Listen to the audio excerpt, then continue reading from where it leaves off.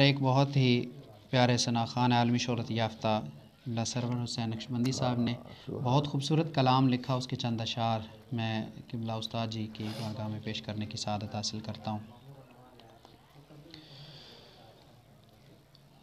لے کے جنت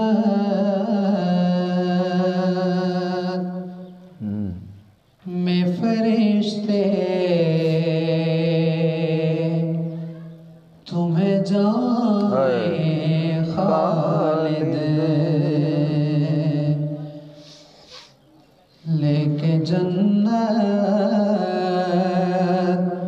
میں فرشتے تمہیں جائیں خالد، میرے آقا تجھے خود جام پلائے خالد، ہو نکیرین کے لب پر کہ بتا کون ہے یہ، اور سرکار انہیں تیرا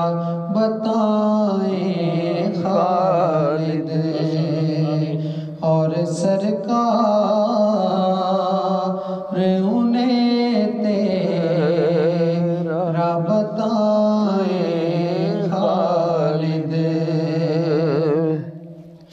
اور قبر میں نعت سنے اور نوازیں آقا، قبر میں نعت سنے اور نوازیں آقا، خود اٹھا کر تمہیں سینے سے لگائیں خالد، خود اٹھا کر تمہیں سینے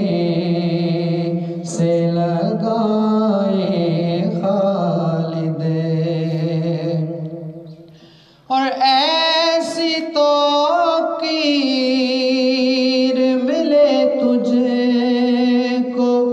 سرے خلد بری، کعب و حسان تجھے پاس بٹھائیں خالد، کعب و حسان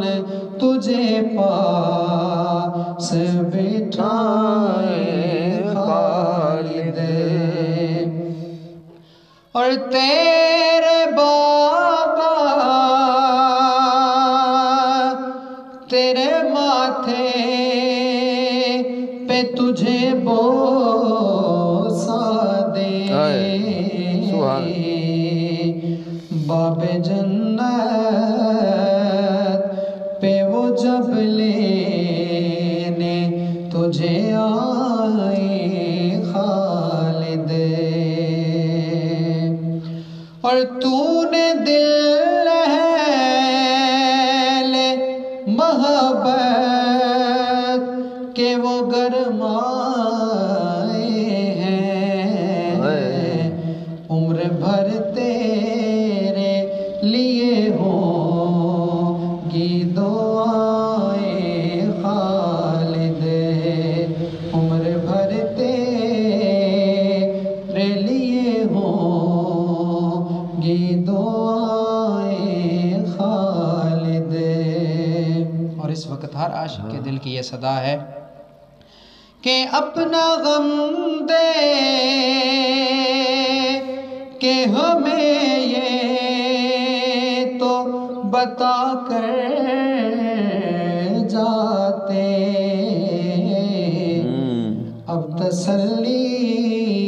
کے لیے کس کو بلائیں خالد، اب تسلی کے لیے کس کو بلائیں خالد، اور تو ابھی بول پڑے گا یہ گماں ہوتا ہے، نقش کیسے تیری یادوں کے مٹائیں خالد، نقش کیسے تیری یادوں کے مٹائیں خالد، اور حوصلہ کب تھا ابھی تیری خبر سننے کا، کیسے سرور کو بتا تجھ کو بلائیں خالد، لے کے جنت میں فرشتے تمہیں جائیں خالد۔ زخم یہ فرقت کا تازہ رہے گا ہمیشہ، زخم یہ فرقت کا تازہ رہے گا ہمیشہ، چھوڑ کر یاد کی اپنی وہ نمکدان گیا۔ معزز ناظرین و سامعین، اختتام پر پیغام دینا چاہوں گا